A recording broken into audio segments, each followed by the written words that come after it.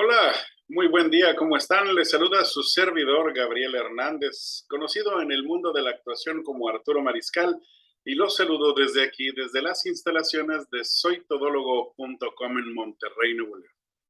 El día de hoy les quiero platicar de un tema que vemos diariamente, pero decidimos ignorarlo. Se trata de el nuevo ostracismo. Si no saben qué significa, agarren su celular, que sirve para otra cosa que ver porno y TikToks. Hace tiempo, en una columna del diario The New York Times, puso en el centro de la polémica a algunos de los personajes recordados animados de Looney Tunes. ¿Se acuerdan? Entre ellos estaba el zorrillo Pepe Le Pew, que era acusado de normalizar la cultura de violación. Le Pew era protagonista de una serie de episodios que lo muestran persiguiendo a una gatita que no lograba deshacerse de él. El zorrillo besa a la gata pues por la fuerza, la abraza e incluso la llega a encerrar para obligarla a estar con él. La problemática del personaje fue traída al nuevo siglo por el columnista Charles M. Blow, ese apellido del New York Times, que sostiene o sostuvo que el personaje animado, que data de 1945, normaliza la cultura de la violación. Háganme el refabrón, cabrón. Le Pew no es el único personaje problemático de los Looney Tunes mencionado en esa columna del señor Blow. También está el ratón Speedy González. Vamos a hablar de discriminación a los mexicanos, pero bueno, esos amigos ayudaron a popularizar el estereotipo corrosivo de los mexicanos borrachos y letárgicos, así como un personaje secundario de Tom y Jerry, Mami, The Shows, una trabajadora afroamericana, más bien afrodescendiente, una gordita, corpulenta, vaya, que hablaba con un fuerte acento. Según el columnista, estos personajes y otros que son mencionados en la columna del señor Blow promueven estereotipos ofensivos y racistas de 1945. Así, ataca también las películas de Tarzán, que según las palabras del señor hazme el favor, muestra a un hombre blanco, semidesnudo, en medio de una jungla africana que conquista, domestica y hace burla a los afrodescendientes de ahí, que son retratados como primitivos, sino salvajes, o a las películas western que describían a los nativos americanos como salvajes, agresivos y sedientos de sangre contra los que valientes hombres blancos se veían obligados a luchar. El artículo del señor Blow fue difundido pocos días después de que 6 libros del autor, el doctor Seuss, fueran retirados debido a representaciones consideradas racistas de minorías étnicas. Ya saben, enseñar a un niño a odiarse o avergonzarse de sí mismo es un pecado contra su inocencia y un peso contra sus posibilidades. Eso fue lo que concluyó el señor que me la sopla, digo, el señor Blow. A raíz del tren del Sácame la Puz que desencadenó el señor con el apellido del favor que me haces, varias películas se subieron hechas madre a la crítica de lo que consideran malos modelos. Pero estamos hablando de cuestiones prácticamente históricas, de 1945 para atrás. Ok, esa parte como que todavía no les... Bueno, Los Picapiedra, por ejemplo, una de las series clásicas que más se recuerda alrededor del mundo, pues es la de Los Picapiedra, de Flintstone. Sin embargo, el contenido que albergaba no era específicamente dirigido para niños, por lo tanto, no se emitía en un horario familiar. En la misma serie se presentaban comerciales donde los cavernícolas hacían publicidad a los cigarrillos Winston, empresa que presentaba a la animación. Aunque con el paso del tiempo se eliminó ese contenido, varios comentarios apuntan a que el tipo de comedia que se utilizaba en el show estaba casi siempre enfocado a normalizar estereotipos machistas. Una serie que no era para niños, que no se transmitía en horario infantil. Ok, los sabios usuarios de redes sociales replican que programas de televisión como Pucca, háganme el Pucca favor, también deberían de ser eliminados. Que en las imágenes del programa la protagonista se caracterizaba por acosos y por no permitir que su coprotagonista Garu pudiese realizar sus actividades favoritas sin que ella estuviera presente. Pobre Garu. Por supuesto, y desde luego, los Simpson no están indemnes de la solicitud de cancelación. Sí, claro que, pero por supuesto. Y aunque la lista de razones es interminable, la razón que más resalta es uno de los personajes más icónicos de los Simpson, Apu, ese inmigrante de la India. En muchas ocasiones este comerciante representó múltiples polémicas al ilustrarse como un hombre lleno de estereotipos. Pero vaya, es un personaje animado. En la memoria de quienes han visto la serie están varios de los estereotipos ligados al personaje y es una de las razones en torno al manejo de las historias que protagoniza Apu. Irónicamente, la primera queja ni siquiera fue realizada por una persona de la India. Curiosamente, las personas que apoyan el movimiento de cancelación de Pepe Le Pew ni siquiera llegaron a conocer el personaje. No están ni en edad de haberlo visto cuando eran niños. El maestro Roshi de Goku, Dragon Ball, Kamehame, perdón, el sabio maestro de Goku, uno de los personajes de Dragon Ball más queridos por varias generaciones de niños y adultos, se ha visto enredado en polémicas a lo largo de los años debido a algunos de sus cuestionables actos. Según informó el Broadcasting Ethics and Program Improvement Organization, la BPO, un servicio encargado del seguimiento de las faltas morales en la programación japonesa, un grupo de madres se acercó con una fuerte denuncia en contra del personaje. En una serie de anime hay escenas donde un hombre mayor toca a mujeres jóvenes y trata de ver en su ropa interior contra su voluntad.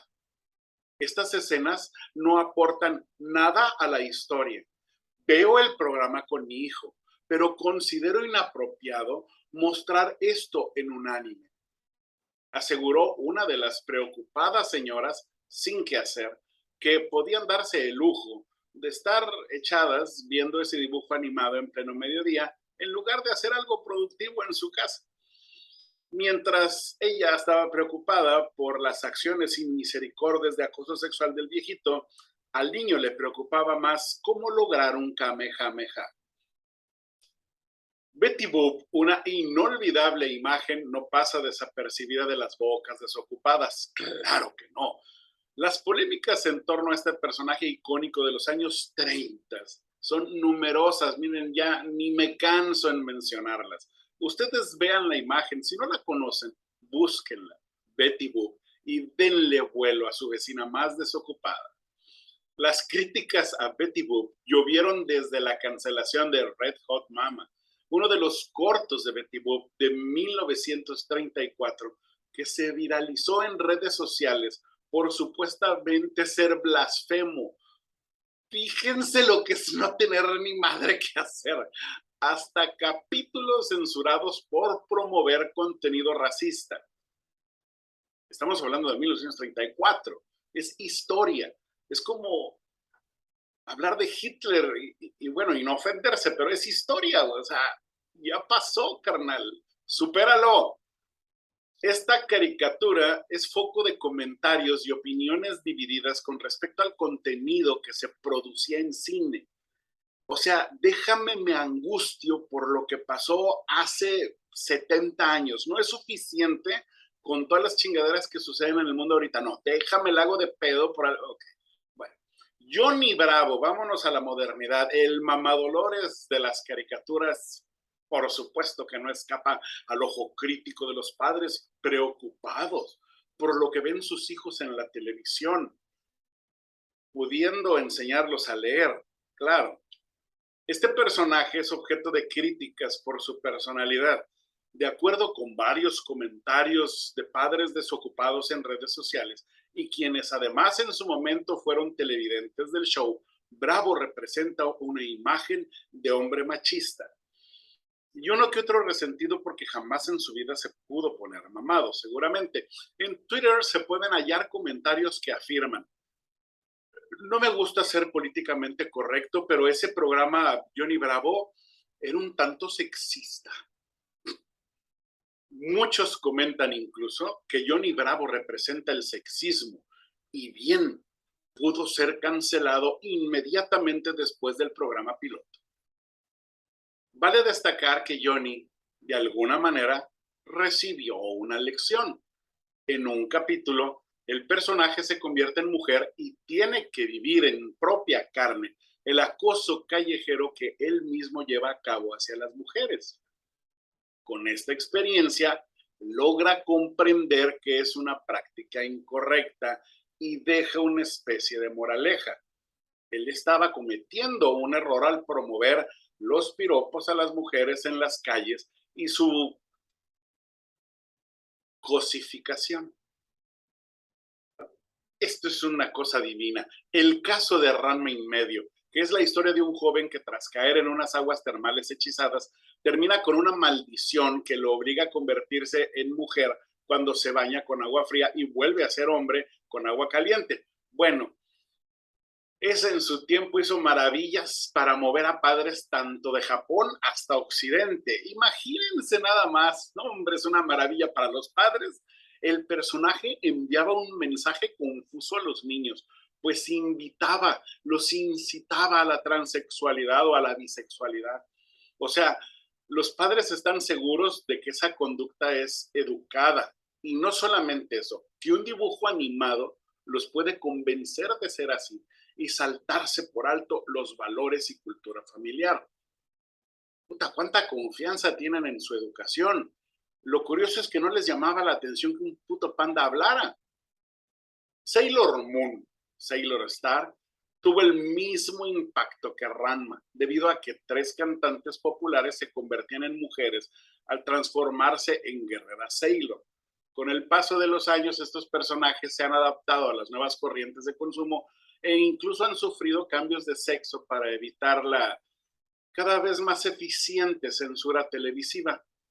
Sin embargo, otras caricaturas también sufrieron cierta censura o cancelación debido a creencias en leyendas urbanas, como es el caso de Pokémon, que a pesar de la amplia popularidad que aún goza en día, en los 90 los padres de familia se escandalizaron ante el rumor de que el nombre de Pikachu, el personaje principal, era un atentado directo a la religión. Digo yo, ¿no es más fácil apagar la puta tele?